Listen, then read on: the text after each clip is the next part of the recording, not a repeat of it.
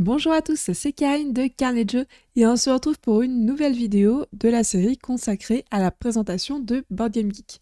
Donc la première vidéo concernait la page d'information sur un jeu de société, la seconde concernait l'espace membre avec notamment la gestion de sa collection. Et la troisième, du coup, celle-ci, va concerner les geek lists qui sont en fait un peu les listes communautaires. Donc on peut aller par exemple ici et aller voir dans les hôtes la geek list. Donc là, on est sur celle qui est la plus likée, qui est mise en avant. Donc les jeux solitaires de janvier. Alors cette geek list est un peu particulière parce que le but, c'est simplement de partager un jeu et d'expliquer le moment passé sur ce jeu avec un thème qui est précisé pour le mois. Mais globalement, toutes les geek lists vont se présenter de la même manière. Il y aura du coup un classement, même s'il ne s'agit pas forcément d'un classement en soi, mais qui va permettre de situer les posts les uns par rapport aux autres. Un post est forcément constitué d'une image, d'un titre et d'une description avec l'auteur qui l'a ajouté.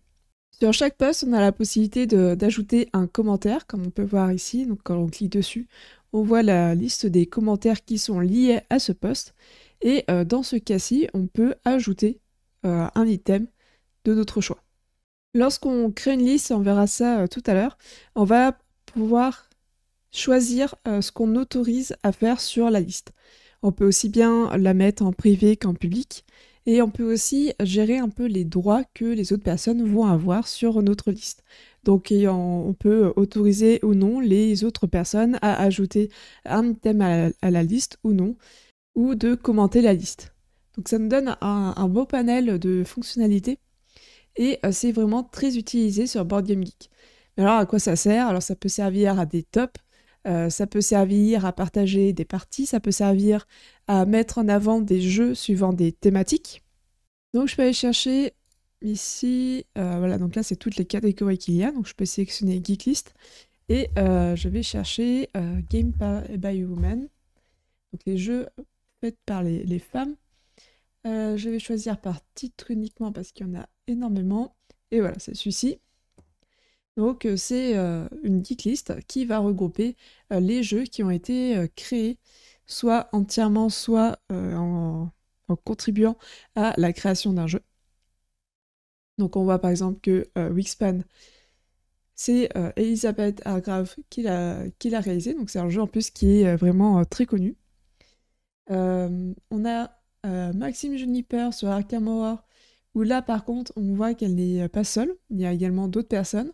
Donc il y a des auteurs donc auteurs femmes, hein, auteurs avec un E, qui contribuent soit à des jeux de société, soit qui sont auteurs entièrement en solo sur les jeux de société. Donc je trouvais ça intéressant, c'est une question que je m'étais posée. Je m'étais dit mais en fait c'est souvent qu'on voit des noms d'hommes en fait en tant qu'auteur. Donc là, c'est une geek list qui est intéressante pour montrer cette partie-là. Alors là, typiquement, on est sur une geek list où il n'y a pas de classement. En fait, c'est juste quand on rajoute, et bah du coup, ça change, ça ajoute un numéro devant pour pouvoir l'ordonner. On a également des tops. Voilà, donc là, on voit un top 50 des jeux les plus joués d'après les données qui sont renseignées dans BGG. Donc là, par contre, c'est vraiment un ordre croissant en fonction du nombre de parties. Donc là, il y avait plus de 5000 joueurs uniques qui ont joué à Ark Nova en novembre 2023.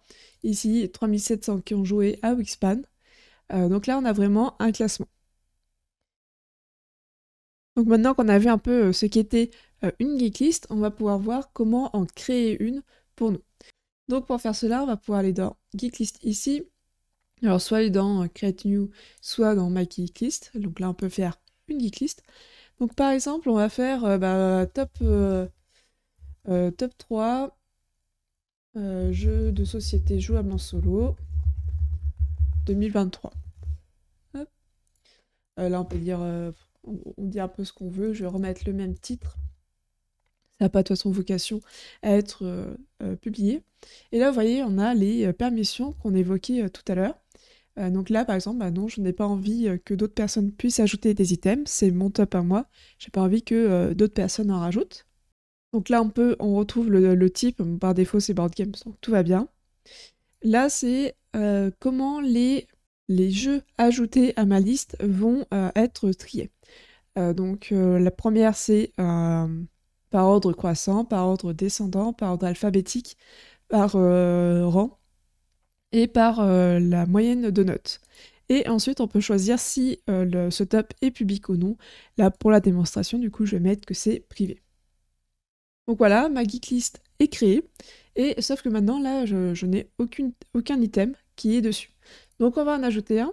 Donc on va ajouter House End, hop, par exemple, avec New Age.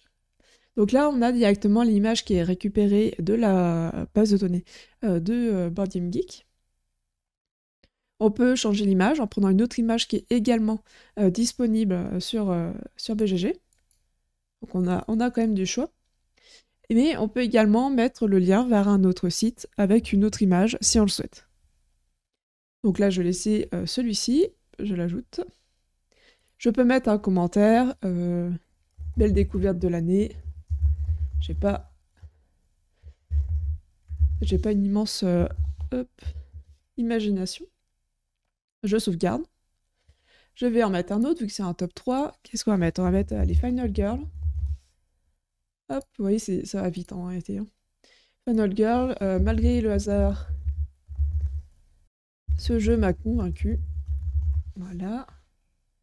Enregistre. On va en ajouter un troisième.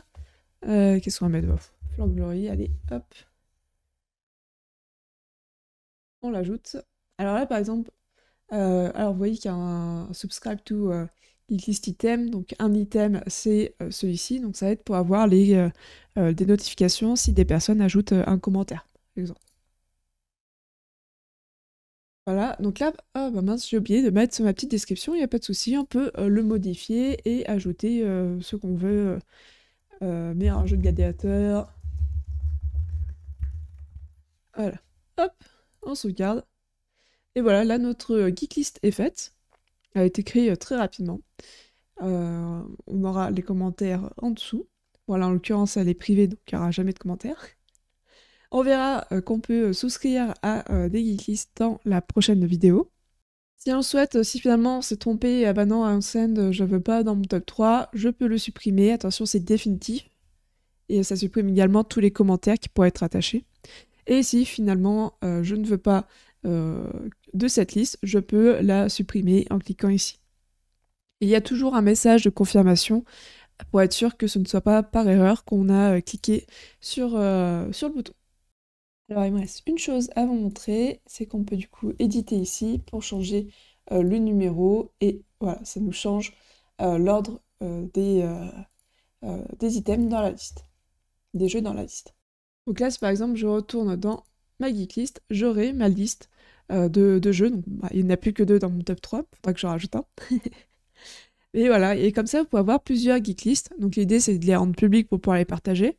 Ça peut être, si jamais vous voulez garder une liste de jeux qui vous ont donné envie en 2023 ou 2024, les jeux peut-être que vous allez suivre en 2024, ça peut aussi être une idée de geek list.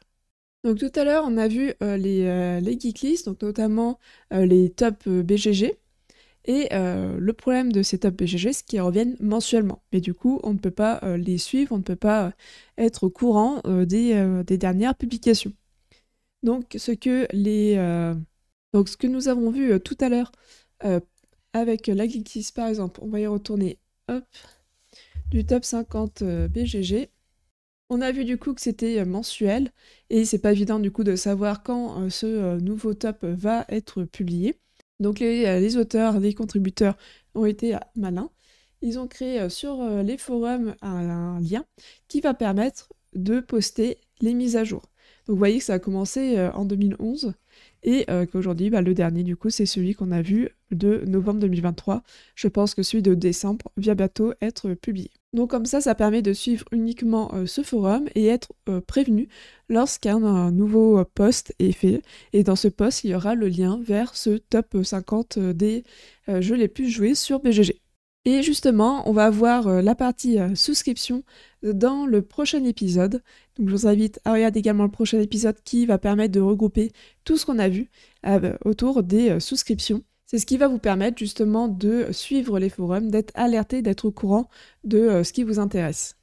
Je vous dis à très vite pour une autre vidéo et en attendant, amusez-vous bien!